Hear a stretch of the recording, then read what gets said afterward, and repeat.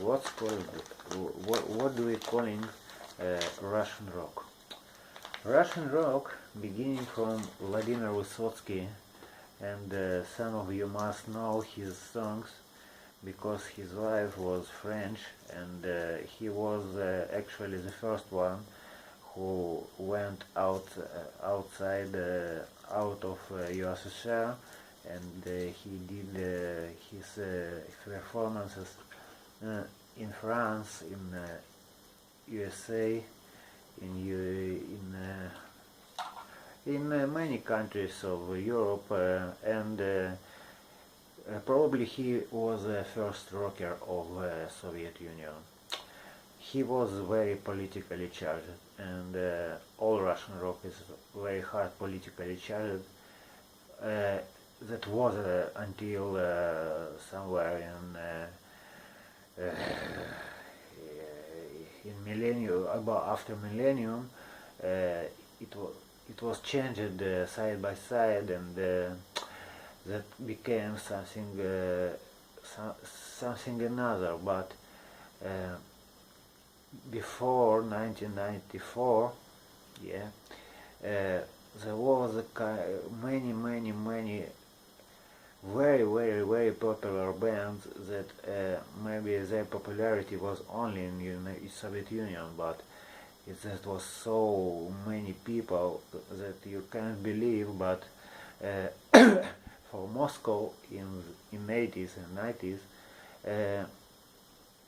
10,000 people on the show was not so big deal. They could get gigs for 100,000 people and 1 million people. What else? By the way, entertainment was really not so bad, and I don't know who was paying for it, but that was very strong movement. All right. Now we had many bands that everybody of us knew, like Kino, DDT, Boris Гребенщиков, Аквариум, Гражданская оборона.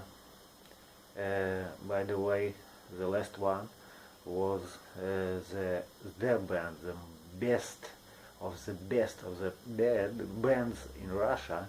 They were punk rockers, some kind of, you can call it, it was very melodic kind of punk, but it was punk only because of the meaning of their lyrics, because in Russia lyrics is the main component of the song, and the music must be maybe kind of 2 chords or even 1 chord.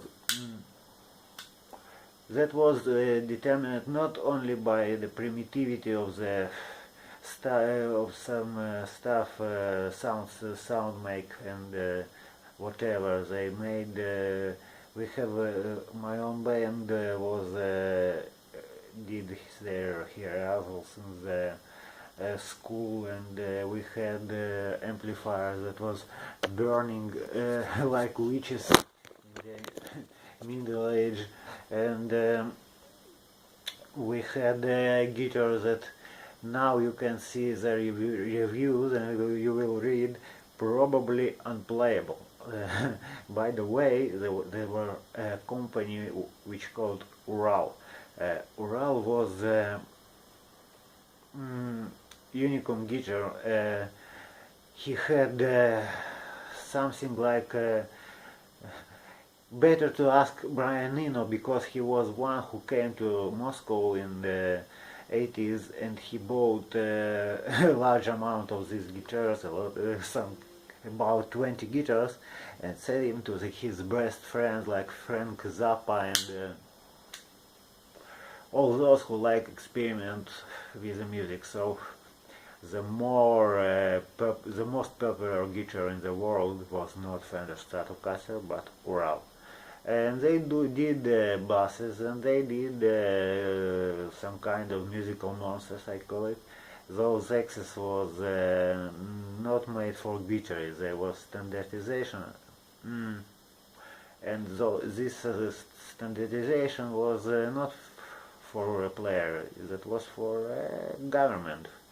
So really good guitar you could own only from somebody who coming up from Yugoslavia, maybe Bulgaria, and they have some kind of Fender, and you buying it and you paying all that you have it. It's not so easy, and KGB wasn't didn't like it. Uh, so good guitars was only for the really great and well-known singers, and a little musician had maybe handmade or maybe those Ural guitars. And those the bands who wanted to play something like hard rock, they did their own effects and distortions. It was huge, it was terrible, it was monsters of mechanics and electronics, but it was working. And it was alright if during some festival, a big gig, in the right on the show, one of the microphones beginning to burn, and all the show was stopped, and everybody was quit, and we were waiting for the end of technic support. By the way, was riders like everybody else. Alright, so Russian synthesizer or Russian electro organ. We needed 4 guys to bring it on the stage because that was made of steel, and he had something about I think that was 50 kilogram, but maybe I'm wrong, maybe that was 60, I don't know, but you should be very, very, very strong and very, very healthy man for to be the rocker in the Russia. By the way, the government wasn't so happy about this creation about Russian rock, so KGB and police and SWAT and who do you want Securitate, all there was they was looking after this movement, and they observed all what's happening, and they had their people on the stage and their people in the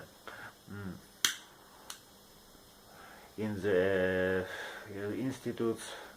So was a number of bands who did a kind of compromise with KGB, and they promised that they will help them, and those will help those, and nobody knows it until yet. But there was an uncompromised, non-conformist band that wasn't so commercial, and bands like DDT, Alisa, Гражданская оборона, all those bands was anti-commercial. They didn't want even 1 cent of their tickets. They were singing only for people, that was for free. But they had so many to say that they could talk on the stage. They could talk to the masses, and they could explain and get out their feeling about everything was going on outside of the walls, and about totalitarian and about the crazy leaders of this imperia, and of course that was all very very politically charged, and playability of some of musicians was not the main thing, this was a secondary thing. So if he could do good lyrics, he could know only one chord, but he was the leader, he was the speaker, he was a kind of maybe preacher, but in the beginning of the Russian rock, the lyrics was the main theme and main theme, and music was secondary factor, and we will continue maybe next day, because it was uh, only first column of what I wanted to speak about. I think I need to tell you that because I think there is no many evidences for people in the world what we have, what we was feeling when we were in Soviet Union. We are the rockers from Soviet Union, former Soviet Union. Okay, to be continued. I'll be back.